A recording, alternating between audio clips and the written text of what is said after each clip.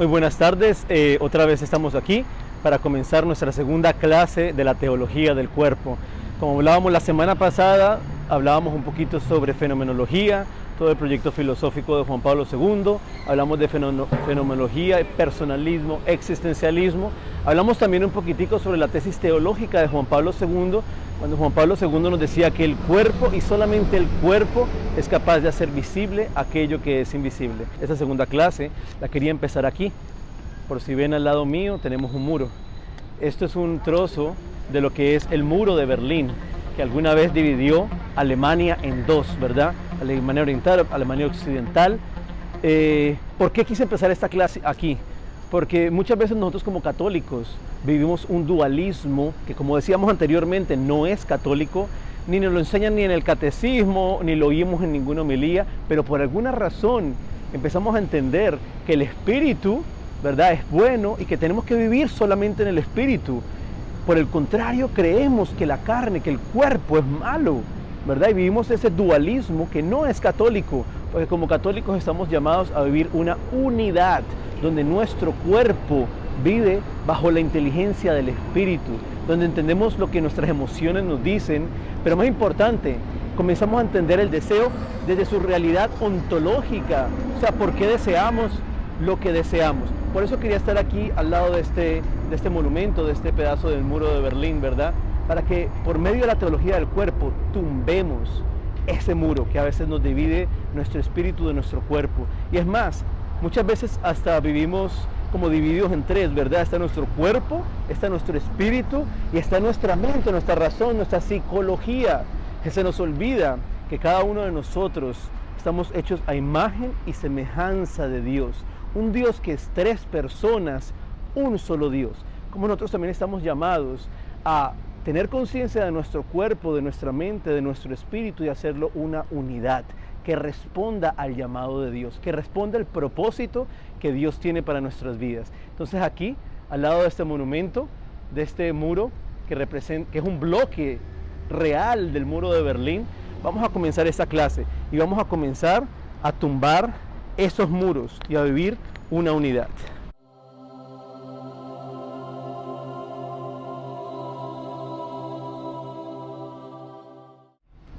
Y ahora vamos a comenzar la segunda parte de nuestras clases, en la cual vamos a hablar de un tema que para Juan Pablo II era muy importante.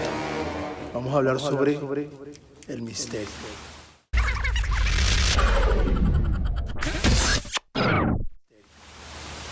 Bueno, es importante tener claro, primero que todo, lo que es un misterio. Cuando Juan Pablo II habla de misterio, él no se refiere a lo que tal vez entendemos hoy por las películas, por Hollywood, por las novelas. A veces estamos acostumbrados a ver misterio y lo primero que pensamos es Charles Holmes, el agente 007. Eso nos lleva a pensar en dos tipos de misterio. Un tipo de misterio que tal vez es el misterio que nunca podemos solucionar, el misterio que de por sí es como algo secreto, algo oculto que nosotros nunca podremos entender. Por otro lado, podemos entender que un misterio es algo que estamos llamados a solucionar, como las películas de detectives que vemos, todas las de CIA Miami, toda esta cantidad de tipos de detectives que hay. Es importante entender que para Juan Pablo II el misterio era algo completamente diferente. No era tanto algo que en sí había que descubrir, pero como una realidad que había que vivir, ¿verdad? El misterio de Dios para Juan Pablo II era una invitación a entrar a la profundidad de Dios, ¿verdad? A su ser mismo. Entonces, porque ¿qué pasa? Casi nunca hemos oído una catequesis de lo que es el misterio. A veces difícilmente escuchamos una homilía de lo que es el misterio. Por el contrario, a veces escuchamos mucha información sobre personas que quieren dar explicaciones racionales de nuestros misterios, ¿verdad?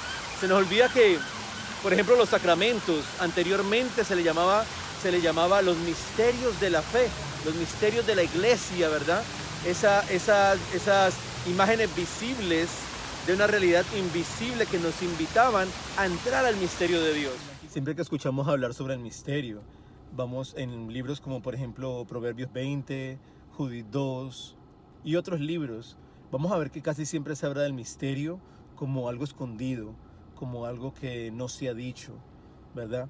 Más adelante en el Nuevo Testamento vamos a ver que cuando se habla de la palabra misterio, se habla de la revelación del Evangelio, se habla de la encarnación de Cristo, se habla de los misterios de la vida de Cristo, se habla de los misterios de la muerte y resurrección de Cristo, se habla del misterio de la redención. Es más, en Romanos 16 se habla sobre el misterio de la prédica de los apóstoles. Vemos como la palabra misterio no es algo así como un crimen que tenemos que resolver, ¿verdad? Pero como algo que nos dice algo de Dios. Y esto me acuerda de un midrash que existe. Midrash es una historia, un tipo de historia explicativa, ¿verdad? Que nos ayuda a entender los misterios. Y hay un midrash que dice que al principio de la creación, cuando Dios creó al hombre y a la mujer, que Dios salía todas las mañanas al jardín del Edén a decirle a la mujer y al hombre cuánto les amaba, que para él lo más lindo que había era salir al jardín y decirle: Eva, te amo, Adán, te amo, que él todos los días se le ingeniaba para darles un atardecer hermoso, darle el mejor de los amaneceres, darles un viento, una brisa, el correr de los ríos, los mares, que todo en la creación fuera un himno de amor y de alegría para él dejarles saber a ellos cuánto les amaba.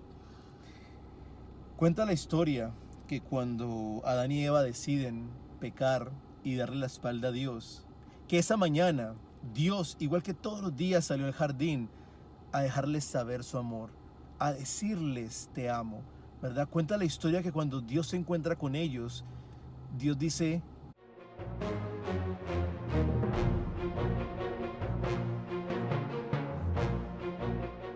era como que la palabra de amor no salía de su boca. Y la palabra de amor no salía de su boca no porque él no la quisiera decir, sino porque ya no había un corazón abierto, no había un recipiente vacío dispuesto a dejarse llenar con ese amor del Padre. Cuenta la historia dándole características humanas a Dios, ¿verdad? Cuenta la historia que Dios se desesperó, estaba completamente desesperado porque Él quería que de alguna forma ellos entendieran cuánto Él les amaba. Cuenta la historia que Dios empezó y mandó patriarcas, mandó jueces, mandó reyes, mandó profetas, mandaba gente que le recordaran al pueblo que Él les amaba, que no tenían por qué esclavizarse, que no tenían por qué sufrir, que no tenían por qué tener vidas vacías, que Él les amaba y estaba dispuesto a darles su amor. Pero una y otra vez este pueblo apedreaba a los profetas, renegaba de sus reyes, no creían ese mensaje de amor. Dicen que era tanto el deseo que había en el corazón de Dios por dejarles saber a ellos nuevamente cuánto les amaba, que era tanto el deseo de Dios que esa palabra de amor que se había quedado en su boca se hizo carne. Ese verbo se encarnó, ¿verdad? Y ahora mismo que estamos en las fiestas navideñas, eso es lo que estamos celebrando. Estamos celebrando que el verbo se hizo carne y habitó entre nosotros. Que el Dios todopoderoso, que el Dios creador del universo, creador del cielo, creador del sol, ¿verdad? Que a veces vemos cuando Discovery Channel hace esos hermosos documentales sobre el espacio, ¿no? Like, wow, o sea, ¿cómo creó todo eso? Ese Dios inmenso se hizo carne, se hizo uno de nosotros. Qué misterio más grande que es el misterio de la encarnación, ¿verdad? Y a este misterio no es un misterio aislado e independiente a nosotros, sino que es un misterio al que Dios nos llama a unirnos. Es un misterio al que Dios quiere que nos penetre y que transforme nuestro corazón. Es un misterio que no solamente un misterio que Dios vivió por sí mismo, sino que es un misterio que tiene repercusiones en la creación entera. Todo fue hecho nuevo, todo fue redimido a través de este misterio. Así seguimos entrando, ¿verdad? En lo que significa la palabra misterio para nosotros como católicos creyentes. Bueno, como ya hemos visto hasta ahora, se habla del misterio en el Antiguo Testamento, se habla del misterio en el Nuevo Testamento, se habla del misterio desde el sentido de la predicación del Evangelio de los primeros apóstoles. Vemos que el misterio hace parte del magisterio de la Iglesia, ¿verdad? En el Concilio Vaticano I, la Iglesia se pronuncia y dice que si alguien se atreve a decir que en la revelación divina no hay ningún misterio, sino que por el contrario, todo se puede entender desde el nivel de la razón, esta persona es un anatema, es sea que está fuera de la fe, se excomulga a sí mismo. Finalmente entendemos que en el sentido cristiano, el misterio no se refiere a un rompecabezas que es imposible de armar, sino que por el contrario se refiere a la verdad más profunda del interior de Dios y del plan que Dios tiene para la humanidad. Este misterio era algo imperceptible para los sentidos de la persona humana. Sin embargo, en la persona de Cristo que se ha encarnado, se nos ha revelado, se ha dado a conocer, se ha hecho carne, como lo dice el catecismo. Dios nos ha dado a conocer su secreto más profundo. Y ese secreto es que Dios mismo es un intercambio de amor entre el Padre y el Hijo y el Espíritu Santo. Y nos ha destinado a cada uno de nosotros para ser parte de ese intercambio, como lo dice en el catecismo de la Iglesia Católica, numeral 221. Vemos pues que en este intercambio de amor entre el Padre y el Hijo y el Espíritu Santo se revela el plan de Dios para cada uno de nosotros, el plan de Dios para la humanidad, que no es otro que el amor. Dios es amor, como dice Primera de Juan 4:8, no solo porque nos ama, sino porque Él mismo en las tres personas de la Trinidad vive en un constante intercambio de amor. Ese es el centro de nuestra fe. Este es el misterio más grande que Dios nos ha podido revelar. Es por eso que la fuente de todos los demás misterios de la fe es el amor. Es la luz que ilumina y da sentido a toda nuestra existencia. El Padre ama al Hijo y el Hijo le ama de vuelta. Y ese intercambio de amor entre el Padre y el Hijo es el Espíritu Santo. Y de ahí nuestra existencia, el amor. ¿Por qué? Porque el amor, por naturaleza propia, desea extenderse. A ver, ¿cuándo no hemos visto una persona que cuando recién está empezando una relación, ¿verdad? Un adolescente, una persona joven que está empezando una relación nueva, se le ve una felicidad, quiere compartir, quiere hablar, quiere decírselo al mundo entero. ¿Por qué? ¿Por qué? Porque el amor en su propia esencia quiere extenderse, quiere compartirse, ¿verdad? Y de ahí, de ese deseo de extenderse el amor en las tres personas de la Trinidad, venimos nosotros, ¿verdad? De la generosidad y bondad. Él desea, Dios, crear una multitud de personas que puedan compartir su eterno éxtasis de amor. Por eso es que de ahora en adelante, siempre que hablemos del misterio de Dios, estamos hablando de Dios como comunión de amor y que nosotros estamos llamados a compartir en esa comunión, en ese amor. Este es el misterio que nuestro cuerpo humano está llamado a revelar y a hacer presente a toda la creación. Es el llamado a convertirnos en una sola carne. Dios imprimió en nuestra corporeidad el llamado a participar de forma creativa en su eterno intercambio de amor. Dios nos hizo seres capaces de darnos, entregarnos como regalo a otros, de la misma manera que más adelante Cristo viene y se entrega por cada uno de nosotros. Nuestro cuerpo es entonces un ícono del mundo interior de Dios, y para alcanzar este símbolo lo hacemos cuando nos damos sincera y libremente a los demás, cuando servimos a los demás. Ahora, podríamos llegar a pensar como que, ok, todo esto es cierto, todo esto es muy bonito, pero ¿qué sentido tiene esto en mi vida personal? ¿O qué sentido tiene esto en lo concreto?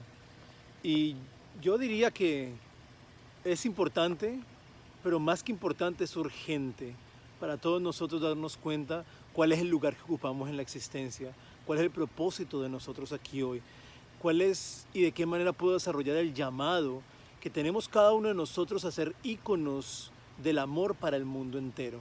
Yo creo que si tomáramos conciencia de esta realidad, podría haber una revolución en la persona humana completa, la revolución que necesitamos hoy para nuevamente recuperar lo que realmente significa ser humano. Tal vez entendiéramos el llamado que tenemos a ser parte de ese mundo interno, del misterio del intercambio de Dios entre Padre, Hijo y Espíritu Santo, podríamos tener mejores doctores, mejores ingenieros, mejores profesores, mejores políticos, personas dispuestas a entregarse como regalo a los demás, como regalo a la humanidad. Podríamos ver las bases de nuestra catequesis, las bases de nuestra misma iglesia, ¿verdad? Porque yo creo que si en todos los grupos juveniles y en todos los grupos parroquiales realmente viviéramos ese llamado de ser íconos del amor, tal vez no veríamos a veces divisiones, ni tantas peleas, ni tantos chismes, sino que constantemente veríamos la necesidad de unos y otros entregarse a los demás, ¿verdad? Servir a los demás, caminar con los demás, abrir nuestro mundo interior para entender la interioridad del otro. Algo que tenemos en el mundo actual es que estamos en un mundo donde nos hemos vuelto muy egocentristas. Pensamos primero yo, segundo yo, tercero yo, y a veces vemos a las demás personas no como un sujeto que también debe ser amado, sino como un objeto que debemos usarlo para nuestra conveniencia. Se nos olvidó que nos dieron a las personas para amarlas y a los objetos para usarlos. Estamos amando a los objetos y usando a las personas, ¿verdad? Estamos objetivizando a la persona humana, queriendo sacar solamente aquello que a mí me conviene, que a mí me funciona, que a mí me sirve. Y estamos olvidando, ¿verdad?, que estamos llamados a entregarnos nosotros, ¿verdad?, a buscar la felicidad del otro, ¿verdad?, a hacer de nuestra vida una vida con propósito, una vida con sentido. Aquí es que nuestro cuerpo cobra un sentido, ¿verdad?, porque es por medio de este cuerpo que podemos ir y expresar el amor, expresar en el servicio, la misericordia, cómo nuestros sentidos absorben, ¿verdad?, la presencia de Dios en el mundo y nos ayudan a expresarnos a los demás, que los demás se den cuenta de la presencia de Dios por medio de nuestras actitudes. A eso nos llama Juan Pablo II por medio de la teología del cuerpo, y por eso para él es tan importante el misterio. Vamos a terminar recordando que de ahora en adelante, siempre que hablemos del misterio de Dios, estamos hablando del mundo interno, del intercambio de amor trinitario entre Padre, Hijo y Espíritu Santo. Feliz año, feliz Navidad y que Dios los bendiga.